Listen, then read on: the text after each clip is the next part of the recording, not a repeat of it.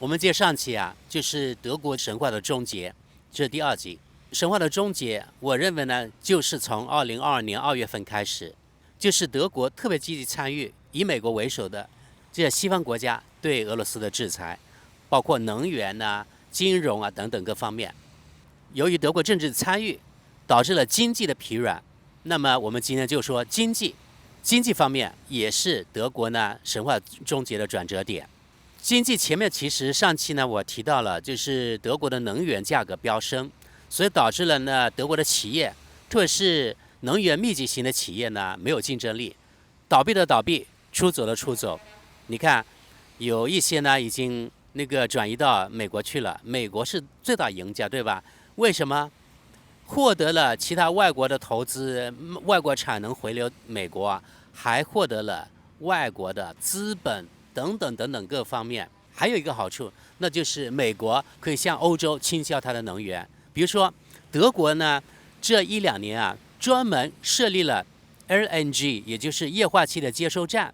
而且是火速建成的啊。原来很多年都建成不了，现在呢，由于要买这个美国的液化气，所以呢，几个月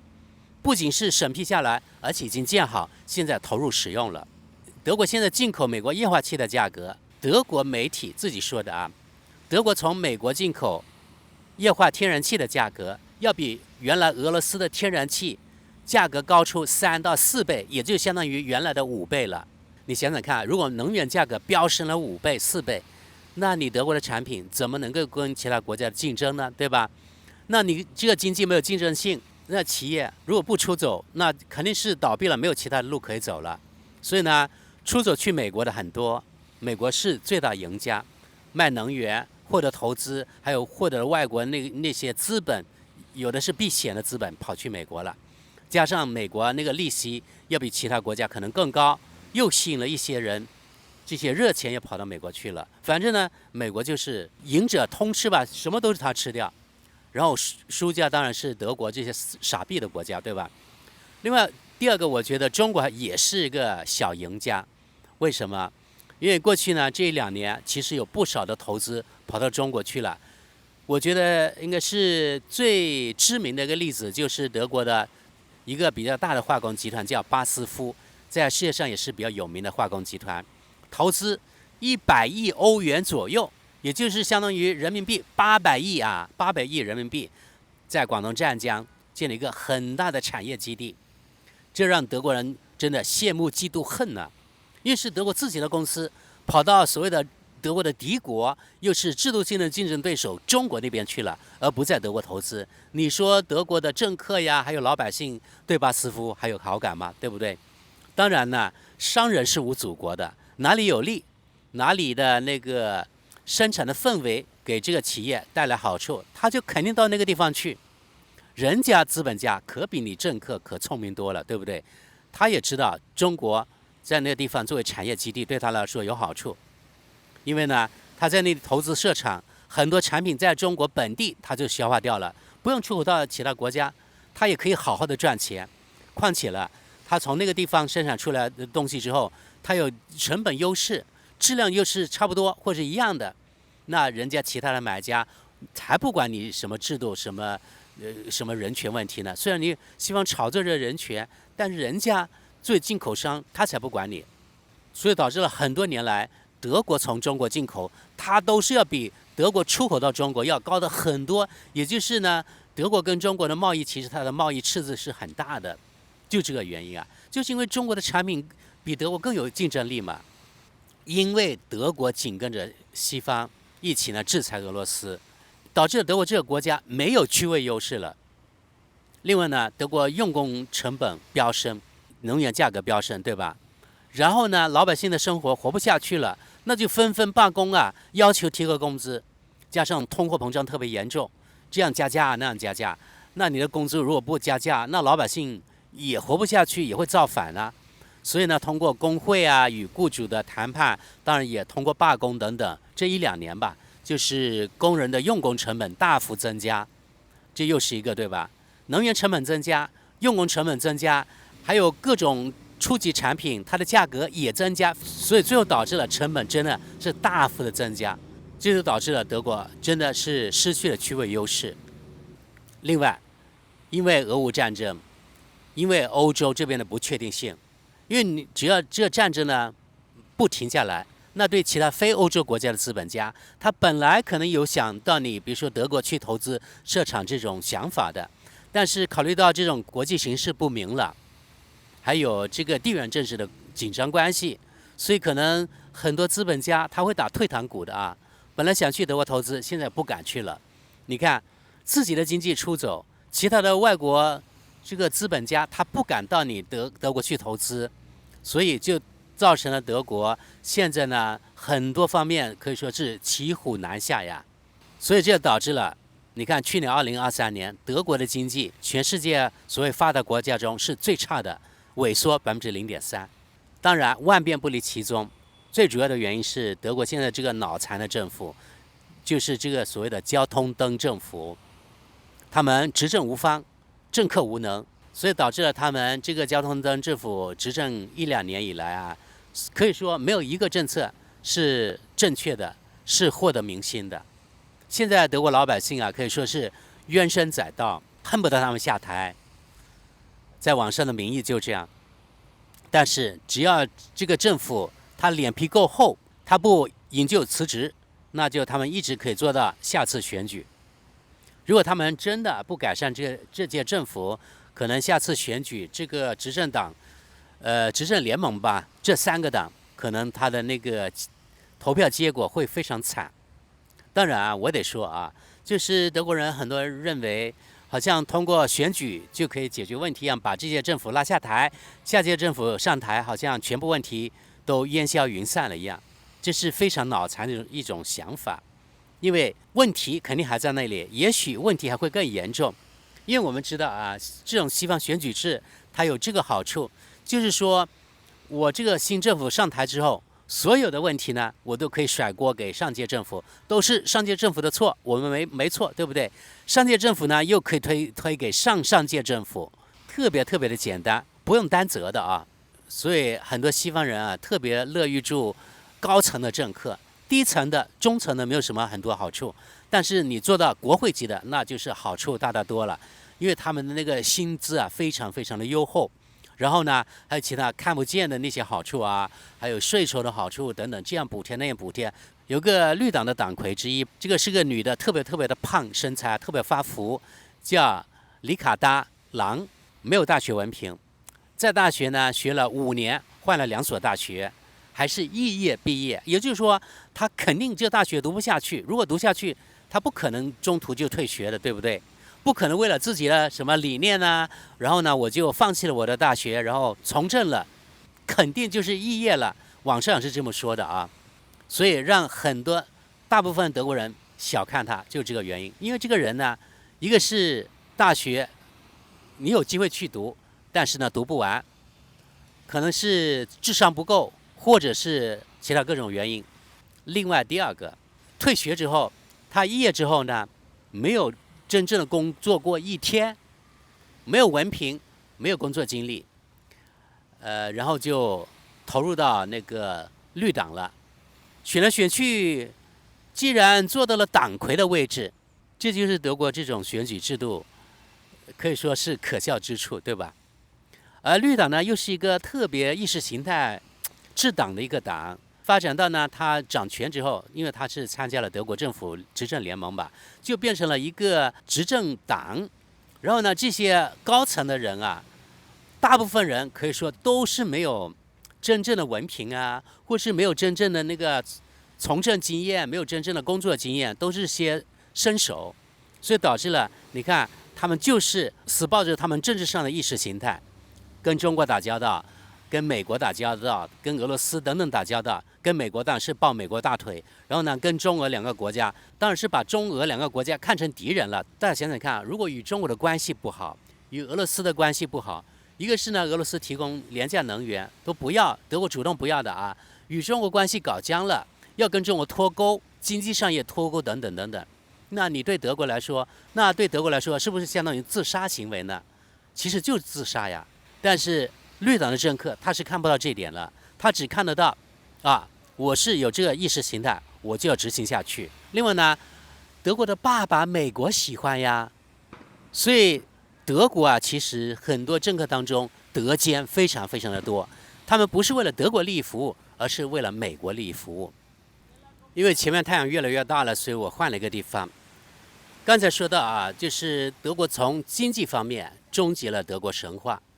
我们再说军事方面，德国呢也是从2022年开始，我觉得它的神话就终结了。这几天在德国发生了一起非常大的丑闻，那就是德国联邦国防军的空军高级军官有4个人，听说是在新加坡开会吧，而且开的是网络会议，被窃听了。具体是被谁窃听，这一点呢，我们现在不知道。有的人说是俄罗斯窃听了，不然这个今日俄罗斯德语频道为什么会公布这个被窃听那个片段呢？但是有的网友也猜可能是美国窃听的，有的说是英国军情局窃听的，不是美国就是英国把这素材呢交给俄罗斯这边，让俄罗斯披露出来，就是为了让德国难堪，也逼迫德国更多的支持乌克兰等等等等，反正有各种各样的说法了啊。我觉得每个国家都会试图去监听对方吧，不管是在战争年代还是和平年代，这个监听我觉得是司空见惯的啊。就看道高一尺，魔高一丈了，对吧？就是谁对自己的网络保护得更好，这是考虑到技术的时候了。那么从军事方面来说，德国呢也是走下神坛了。一个是德国本身呢，又是被驻军的国家。说到驻军啊，我真的感到不理解啊。比如说当初这个西方这3个国家吧，与苏联签订合同的时候，你苏联就从东德已经撤走了，那为什么西方这些国家还在那个西德驻军呢？难道当时的苏联不反对吗？不过我觉得西方是没有所谓的诚信的啊，这契约精神是没有的。我们过去也知道了，因为签订了德国统一的协议之后，那个苏联就崩溃了，崩溃等苏联就没有了。本来这个北约这个组织啊，是因为对抗苏联才成立的。事实上，如果是苏联没有了，那你北约组织就没有存在的那个必要了，对不对？但是北约不仅存在，还一次一次的东扩，也就是说，北约这些组织的那里面的会员国越来越多，它的规模越来越大。这还没完，西方国家没有做到自己承诺的东西，也就是没有把在德国的驻军把它撤走。所以从这点来说，其实德国的外交是没有自主性的，那军事就更没有自主性了，对吧？因为二战原因，德国呢是不准发展自己有攻击性的那种武器工业的。我不知道这几天讨论的金牛座中程导弹算不算攻击性特别强的武器？我觉得应该不算吧，否则美国肯定不允许德国发展这样威胁到他国家安全的武器啊。所以呢，这个中程导弹应该不算，射程可以在500公里左右，只能是最多打到俄罗斯的边境了。从那个乌克兰那边开始打的话，另外德国也不能独立发展自己的航天，对吧？还有一点我想说一下，就是北约这个组织啊，按照北约的规则，是要求他们的会员国国防部长呢不要有军事背景。如果大家不信，可以去看看资料。以前在德语媒体我看到过这样的报道，也就是说业余人士担任国防部长。你想想看，如果没有一点这种专业知识的人担任一个国防部长，他有那么高瞻远瞩吗？还不是为了某个大国好好的控制这些北约的成员国，对不对？但是就这么简单的道理，既然这些成员国没有反对的，也许我不知道他们有没有反对，也许他们是无力反对啊。所以说，德国不能发展自己有攻击性的国防工业，没有攻击性的武器，没有核武器。然后呢，过去几十年，德国呢在它的军队啊投资其实非常少，甚至呢取消了义务兵役。德国人自己都知道，德国国防军不能保卫德国，所以呢需要美国。所以很多德国人现在啊也是欢迎美国驻军啊。大家想想看，他欢迎美国驻军，并不是他们认为美国人特别好，而是因为美国人才能够提供保护给德国。因为他们知道自己的那个国防军几斤几两，对吧？没有了美国驻军，他们真的担心俄罗斯打过来，这是他们实实在在的担心啊。所以你们看，如果不知道这个背景啊，我们中国人很难理解为什么很多西方国家反而欢迎美国驻军，就这个原因。他们自己的军队不能保家卫国，为了保护自己怎么办？就拉一个外人来保护他们呗。难道人家美国自己掏腰包付军费，比当雷锋还雷锋来保护你啊？当然，美国是有好处，对吧？军事上面美国多付出一些，但是呢，经济方面、金融方面可以捞好处，割割韭菜呀。美国人是很聪明的啊，因为他们是精英治国，傻逼的是大多数，他们的精英确实很给力，这不得不佩服。德国的军事被阉割了，与日本一样，而且日本还吃了2颗蘑菇云。所以呢，表面上特别的听话，服服帖帖的。美国想喊你干嘛你就干嘛，德国几乎也差不多。第4点，我想从科技方面来说说德国的神话终结。大家回想看，过去20年、20多年，德国有哪些拿得出手的 IT 方面的公司呢？好像除了一个 SAP 之外，已经没有了吧？大家再看看全部其他欧洲国家。是不是与德国很相像？也就是说，德国还有欧洲这些国家，他们的科技呢，与美国拉开的距离越来越大，甚至呢，在很多方面，与中国拉开的距离也越来越大。中国不仅赶上来，而且很多方面也远远超过了德国了。这对很多人来说，可能还没有意识到。最新的例子，那就是电动汽车了。这个我们已经说了很多，就不用说了。另外呢，通信方面，比如说华为。那肯定是把德国所有通信企业都远远的甩在后面，西门子也勉强算还有它通信的板块，对不对？但是它就干不过华为啊。德国大中型企业已经是这样了，岌岌可危了。另外，我们也知道，就是德国有很多所谓的隐形世界冠军，但是这些隐形世界冠军呢，现在也变得越来越少了。一个是他们这些都是家族企业。但是很多德国的家族企业面临着后继无人，一个是可能他们没有后代，另外一个呢可能是他们的后代不想干，或者呢有的后代可能没有那个智商，反正多重原因了，导致了德国很多的家族企业呢，一个是纷纷倒闭，另外一个呢可能出手的出手，那个现金为王嘛，就是他们那个家族的老板老了，然后把这个企业把它转手掉。拿一笔钱，自己好好过自己的生活。另外，德国人啊，其实我觉得还是一个保守的民族，他们对很多新的东西持非常怀疑的态度，甚至呢持敌视的态度。所以现在我可以告诉大家，大家可能不信啊，现在德国的官方啊还是以纸质的交流为主，电子邮件其实都很少，他们只相信纸张寄给家里的东西，或者官方之间互相那个寄邮件，你说这种工作的效率会怎么样？这管理的效率会怎么样？对吧？另外一个，如果一个民族啊不跟时代接轨，不跟上时代步伐，迟早会被抛弃的。我认为，就像德国一样，一切还是纸张的时代。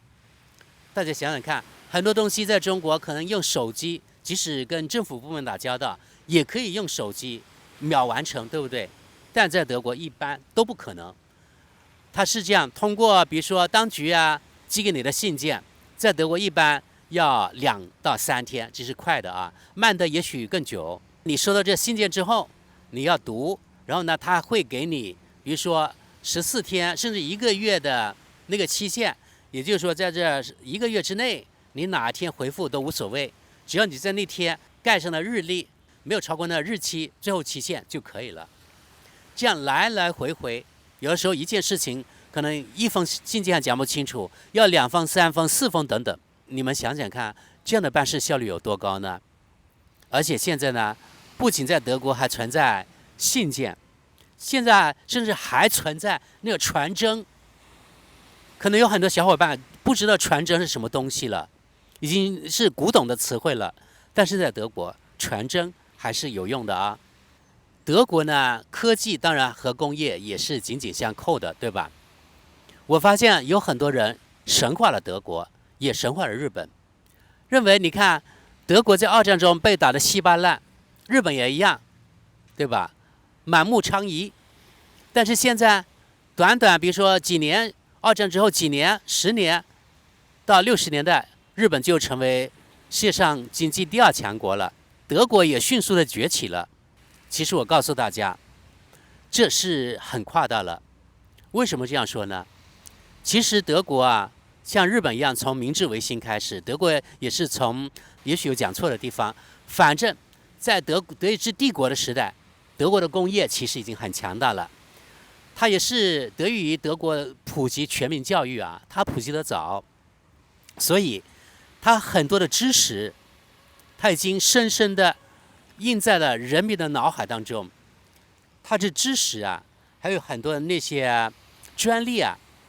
它都还保存下来。比如说二战的时候，他早早就把一些机器啊把它埋起来了，还有他们的知识啊，也把它那些资料把它保护好了。比如说美国、英国这些盟军，它可以轰炸一些机器啊，还有可以轰炸一些工厂啊、一些建筑啊，但是它的那个知识你是轰炸不了的，对吧？还有一些重要的机器，它埋起来了，你也不知道它藏在什么地方，也轰炸不掉。所以这二战之后啊，虽然啊美国驻军了在德国，但是德国这些工厂呀，还有工程师啊，可以说他们的知识还在。也就是说，知识没有断层，这才是导致了德国的工业迅速被建立起来，还有德国的那个科技呢也迅速发展起来，最后导致了德国的经济起飞。当然，另外一个德国人也特别感恩美国的所谓米歇尔计划。米歇尔计划其实呢是有点像今天中国的一带一路计划，德国得到了美国这米歇尔计划的这个项目的支持。当然，人家美国也并不是大公无私的支持你，他是想把德国作为那个冷战的前线，把它扶持起来，扶持一个样板，要打造一个成功的德国，这样才能够吸引其他世界各个国家。你看，跟着我们西方走的，他们就有肉吃；你看跟着苏联走的，他们就穷得响叮当，就这样宣传的，对吧？所以呢，各种方面的原因导致德国经济迅速起飞。他们的工业呢迅速的发达起来，也让德国迅速跨入了发达国家。真的，这才是德国经济起飞的内幕，并不是说德国人多聪明，真的不是这样。我发现呢，我们全世界人民，特别是中国人，神化德国了，这点我真的想指出来。但是你看，通过这俄乌危机这2年，就可以很好的看出，德国的科技呢并没有那么发达。他们很多芯片不仅需要从台湾进口，还需要从中国大陆进口呢。你看，由于当时新冠危机，又由于现在俄乌危机，导致了供应链的中断。曾几何时啊，大众汽车公司他们生产流水线只能关闭，因为得不到芯片生产汽车了，因为德国自己无法生产啊。另外这些年了，中国的科技啊经济突飞猛进，特别是科技方面啊，很多这个小的企业，它能够造出科技含量很高的产品。你别看在中国，比如说那个拼多多上面，可能几块钱的东西，它很多东西是有科技含量的啊。德国还有西方国家，他们是造不出来的，因为它没有这方面的技术。所以中国在很多方面已经是超过德国了。我上次回国，我发现有一个比较好的例子，那就是耳塞式的那种无线蓝牙耳机，它非常的小，可以放到这里面，非常非常小。它里面也有芯片的啊，那这个芯片肯定也不算很大吧，而且它能够把成本压到很低，在拼多多上面卖，连邮费才20几块钱，它上架肯定有钱赚啊，没有钱赚它不会卖，对不对？20几块钱，折合成欧元就是3、4欧元，4欧元不到，3欧元左右，这是卖价啊。如果进货价呢，也许只有10块钱左右。10块钱左右这样一副耳机，德国怎么能造得出来呢？即使它有技术，它也造不出这个成本。你说怎么能够跟中国竞争呢？那从这个方面来说，就是德国的科技呢，确实很多方面已经跟不上了。好了，那我们今天第2集就讲到这里，否则太长了。那我们第3集见，拜拜。